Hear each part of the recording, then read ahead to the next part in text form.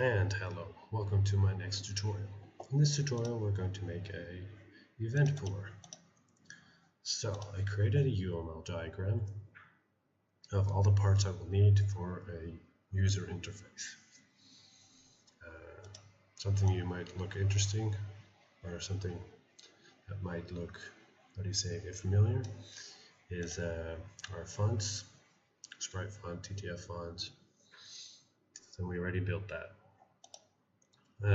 So we're going to be creating for our UI system some controls like label, text box, button, panel, form, and they're all going to be a UI control. Now our UI control is going to be our UI manager is going to manage all our controls in our state. Okay, so you can think of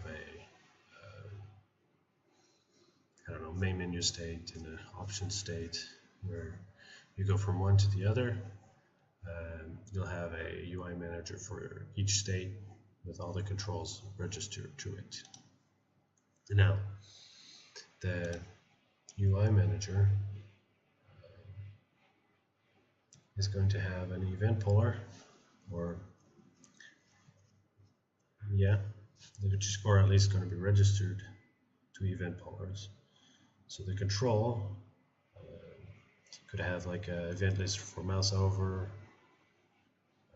mouse down, mouse up, mouse leave, etc. And so it will dispatch a event, which would then register to the Eventpoller. I have something ready, and then the Eventpoller would then call all the functions registered to the EventListener. This is a relatively simple implementation of it. The code is extremely simple, but it is a quite handy piece of code, especially later on when we're going to be doing lots of things and we're using lots of code. So let's get to it. I already created some base functions, I should say, or base classes. You can see here our mouse down event, which is empty, just like the other ones, except for mouse up, where I just added X and Y. We'll be using that when we test our events or our event listener. The Eventpoller just has a queue with event listeners. If the event has been dispatched to event listener, the event listener will tell the event puller, and the puller will call the functions like I mentioned earlier. So all I have is a check events. Let's create a body while we're at it and put it in here. Okay, now our event listener is a little bit more complicated, but not really. I don't think I need this for now. So our event listener, friend class Eventpoller, which I don't think will be needing. Yeah, we do need actually.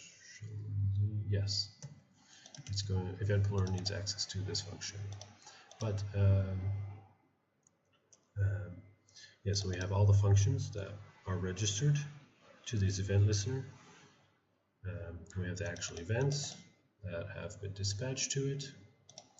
I made a templated function for bind just to make this a little bit easier. Not everybody knows how this works, and it could be maybe a little bit confusing for some people. So I'll try to make it a little bit simpler. It's part of the functional. So what I want, or what we need, is a function that is bound to an instance, that's what this function does. So we have function instance, and we have only one parameter, which is the event. So this kind of makes it a little bit simpler, I guess. Maybe not. It's up to you. You technically don't need it. You can call this from the start, I guess. Set event does exactly what you think. If you create an event when your mouse is over, so you would have like in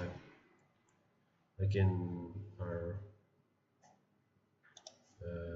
UI control. In our base class, you would have like some basic events like mouse over, mouse down, and you would basically do some basic function, basic updating. Let me rephrase that. In the update, you would do some basic checking to see if your mouse basically goes over or if you click, and then you would dispatch the event to the event handler. So you would do that with this function. Add listener, remove listener basically adds the function or removes it with the parameter that comes from here. And that's basically it. It's very minimalistic, but it's quite powerful. So let's quickly make all the functions. It's going to take like 5 minutes. There we go. Let's move it here, and we'll start with Eventpoller. Now, check events is going to be called by our SDL game state. So let's go here, and I think I already did that. Yeah, here. I already added it here. This will be called after the update, just to make things simple. If you do it before the update, you would be handling the events from the previous frame. Okay, so check events.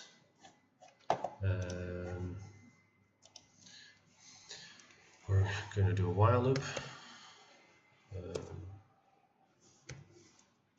While not underscore event queue. No, I hate that function. When you press enter, it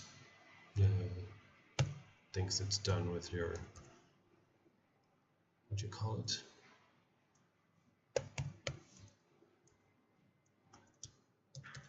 It's like if you do if, you can do like tab right now and it will automatically create everything, and then when you click enter it goes in. Snippets, code snippets. I hate it when you press enter in code snippets that it thinks you're done. When you have IntelliSense and you press enter, it also screws up. Anyways, my tangent. So we're going to get our event listeners, of course, and we're going to say event handler listener, doesn't really matter, m_ event queues dot front for the first element of the queue, and then we're going to do m_ events and actually pop off the element off the queue because we're done with it. So we're going to then go for I forget what type of for loop this is. It has a special name. It's a new feature in C++, which is with a colon.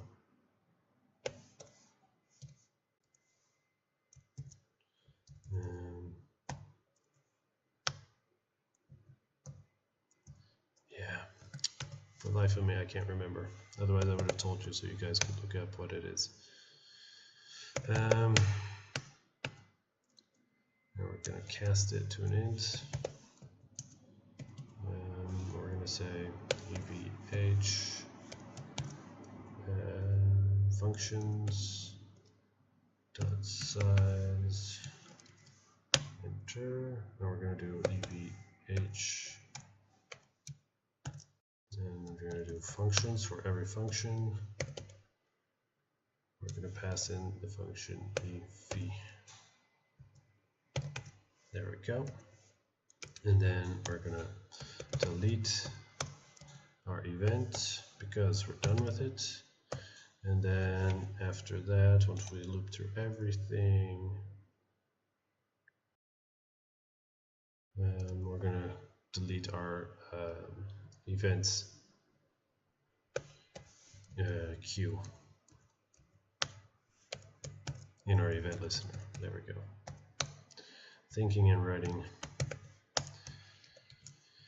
is quite hard. So this is it for our event listener, our Eventpoller. Event listener is a lot simpler. So set event, quite simple. We're only going to do this if we have functions.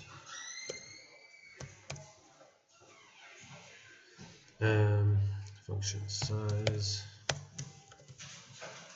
is bigger than 0.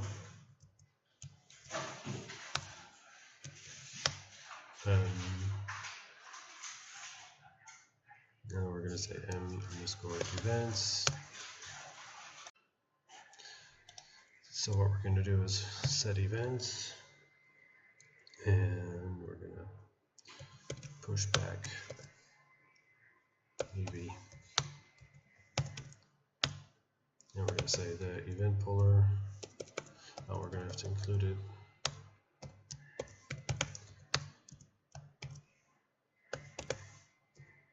There we go. We're going to say the Eventpoller pointer event queue dot pushback this. Okay. Now the thing is, like in our Eventpoller, we're going to delete our event once we're done with it.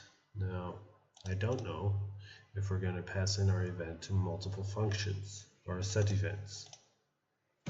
So I'm conflicted in saying else delete event. It might actually be good to do this. I'll write delete event in case of no functions registered. That's how you write registered, right? I don't know. Okay, so for our add listener, we're just going to add our element to our functions.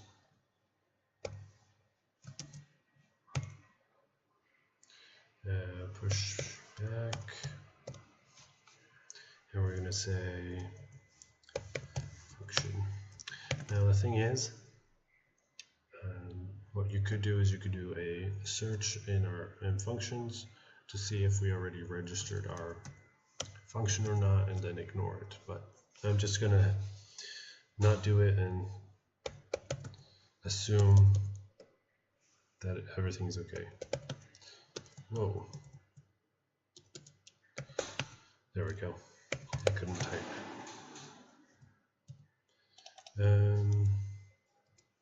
We're going to cast it to an int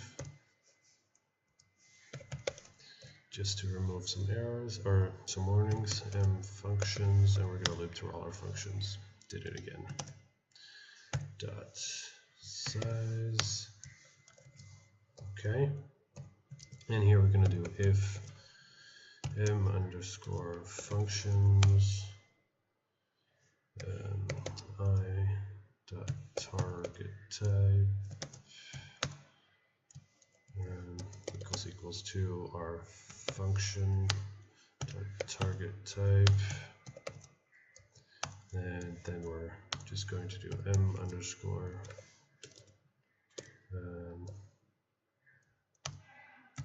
dot erase.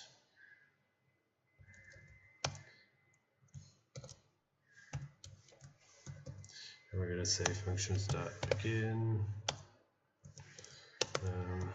There are many ways to do this. I think this would be the best. Because we're using erase, we need an iterator. So what I'm doing is getting the begin, the first iterator, and then, or the first element, and then just adding not 1 but I. That would have been a bug. We're gonna just break out of this. Okay, and that's it for our event listener. Now let's go write some test code to test it out.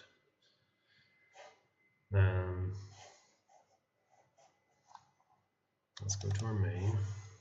Let's see. Yeah, okay.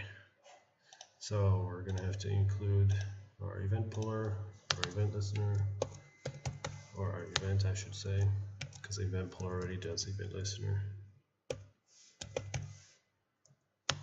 And let's do mouse up.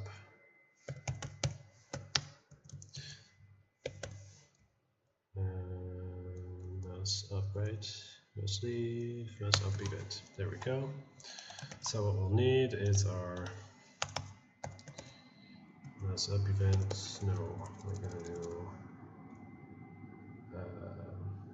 event listener, and we're just calling.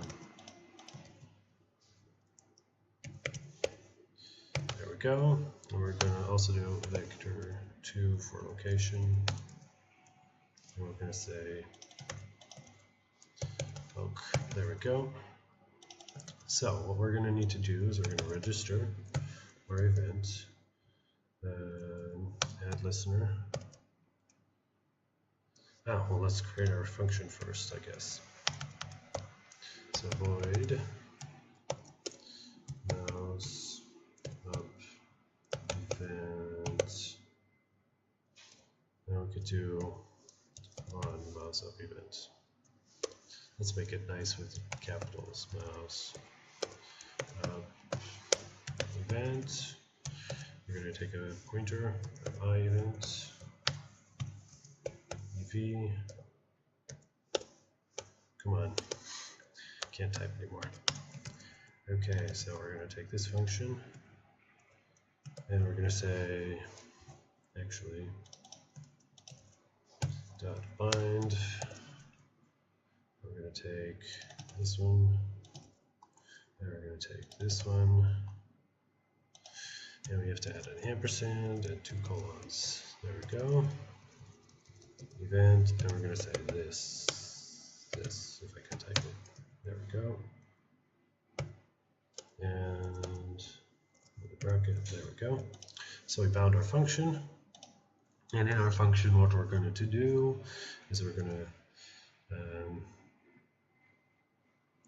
dynamic cast it. So we're going to say mouse event pointer is mev equals dynamic cast to make sure that our event is the event that we are talking about.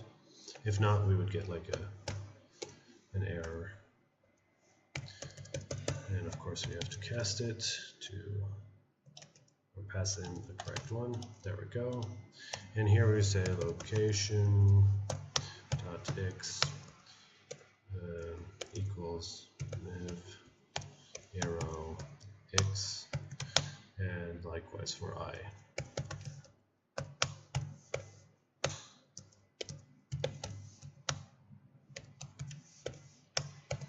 Okay, now we have that set, we have this set.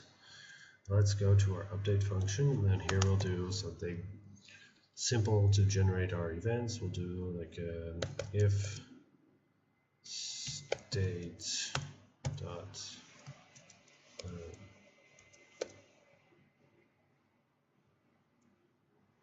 state. There we go. I was confused for a second. We'll do keys, space. So if our keyboard space button is pressed, we're going to create our event. So we're going to say mouse, if I can spell it, M-O-U, mouse up event, pointer, call it EV equals new, come on, there we go, mouse event, cancel. There we go, and here we're going to say EV dot X or arrow X. Ooh, that's cool, it automatically did it. I want to redo it. Cool, I didn't know that's new in Visual Studio. And we're going to do, this is also pointer, no, we're going to do M state, which is for our mouse, and we're going to say location dot X. And we're going to do it for Y as well. And we're going to say, and then we're going to pass the event listener, our function, or our event set. EV. There we go. And then as for last part, we're going to say, here I say location, which is the wrong one. It's this one. There we go. Location used for our little person that follows our mouse. And this we're just going to set it once. So here we're going to say, let's scroll too far here, gray button. Yeah.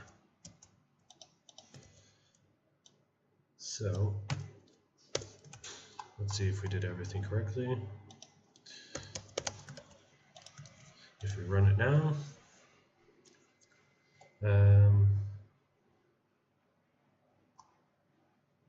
declaration, there's the warnings. Not too important right now. If I press space, here you can see we pass our event. If I hold it down, it keeps following us. Yeah, that's pretty cool. So that's our event listener, which works pretty well. And that's it for this tutorial. Tune in next time and we'll continue our UI. Goodbye.